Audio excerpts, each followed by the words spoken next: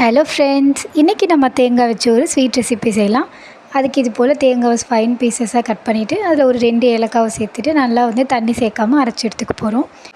இப்போ நம்ம ஒரு அடிகனமான பாத்திரம் எடுத்துகிட்டு அதில் ஒரு 2 ஸ்பூன் அளவுக்கு நெய் சேர்த்துக்கலாம். நெய் நல்லா மெல்ட் ஆனதும் இப்போ நம்ம அரைச்சி வச்சுருக்க அந்த தேங்காவையும் ஏலக்காவையும் இதெல்லாம் சேர்த்துக்கலாம். இதை சேர்த்துட்டு நெய்யிலே நல்லா இது ரோஸ்ட் பண்ணி எடுத்துக்கோங்க. இது ஒரு தேங்காய் கேக் மாதிரின்னு சொல்லலாம். இது ரொம்ப டேஸ்டியாக இருக்கும், ரொம்ப ஹெல்த்தியும் கூட. கண்டிப்பாக இந்த ரெசிபி ட்ரை பண்ணி பாருங்கள். இது போல் நல்லா இதை ஸ்லோவில் வச்சு நல்லா ஃப்ரை பண்ணிகிட்டே இருங்க. கீழே அந்த தேங்காய் சேர்த்து தேங்காயோட ஸ்மெல்லெல்லாம் ரொம்ப ஃப்ளேவர்ஃபுல்லாக இருக்கும். இப்போ பார்த்திங்கனாக்கா இது போல் நல்லா ரோஸ்ட் பண்ணிகிட்டே இருங்க.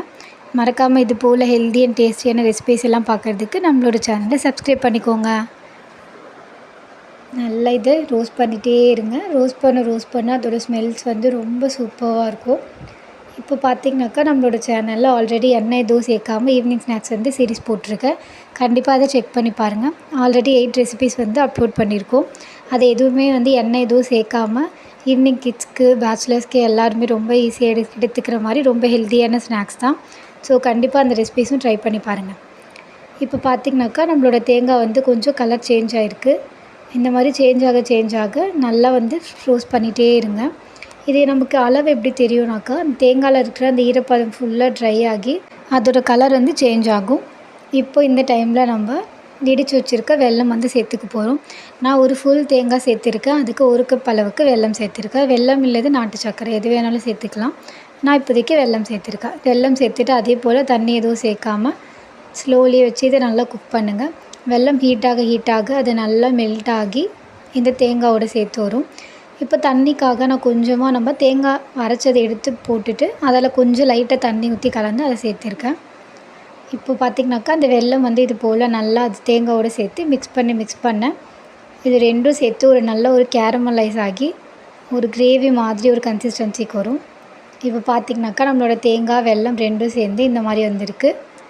தேங்காயோட அந்த வெல்லம் சேர்த்து நல்லா மிக்ஸ் ஆகி ஒரு சூப்பரான ஒரு க்ரீமியான ஒரு கன்சிஸ்டன்சிக்கு வரும். இது போல் இதை நல்லா மிக்ஸ் பண்ணிகிட்டே இருங்க. இது நீங்கள் மிக்ஸ் பண்ண இது ஒரு மாதிரி ஹல்வா பதத்துக்கு வரும். அந்தளவுக்கு இதை மிக்ஸ் பண்ணிக்கோங்க. இது போல் ஆயில் எதுவும் சேர்க்காமல் ரொம்ப குயிக்காக இந்த போல் ரெசிபிஸ் எல்லாம் செஞ்சு கொடுங்க. ரொம்ப ஹெல்த்தியும் கூட. இப்போ பார்த்திங்கனாக்கா இதை மிக்ஸ் பண்ண பாத்திரத்துலேயே ஒட்டாத அளவுக்கு இந்த மாதிரி வந்துடும். அவ்வளோதான். இதுதான் நமக்கு கரெக்டான கன்சிஸ்டன்சி. இந்த மாதிரி வந்ததுக்கப்புறம் நம்ம ஒரு அழகான ஒரு அகலமான பாத்திரம் எடுத்துகிட்டு அந்த பாத்திரத்தில் இது போல் நெய் ஃபுல்லாக ஸ்ப்ரெட் பண்ணிவிட்டு இப்போ நம்ம இந்த தேங்காய் எடுத்து இதில் வச்சு நல்லா தட்ட போகிறோம். இது போல் தேங்காய் எடுத்து வச்சுட்டு நல்லா கேக் பதத்துக்கு தட்டி விட்டுருங்க. இதை ரூம் டெம்பரேச்சர்லேயே வச்சுட்டு ஒரு 1/2 அன் ஹவர் அளவுக்கு இதை நல்லா ஆற விட்டுருங்க. இப்போ நம்ம இதை கட் பண்ணோன்னாக்கா நம்மளோட தேங்காய் கேக் ரொம்ப டேஸ்ட்டாக இருக்கும்.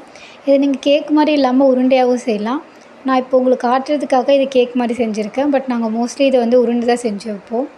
ஆல்ரெடி உருண்டை ரெசிபிஸ் நிறைய நம்ம சேனலில் இருக்குது. ஸோ அதனால் இதை நான் கேக் ரெசிபி மாதிரி கேக்கில் போட்டிருக்கேன். இதை புட்டு பார்த்தோன்னாக்கா நம்மளோட தேங்காய் கேக் ரெடி.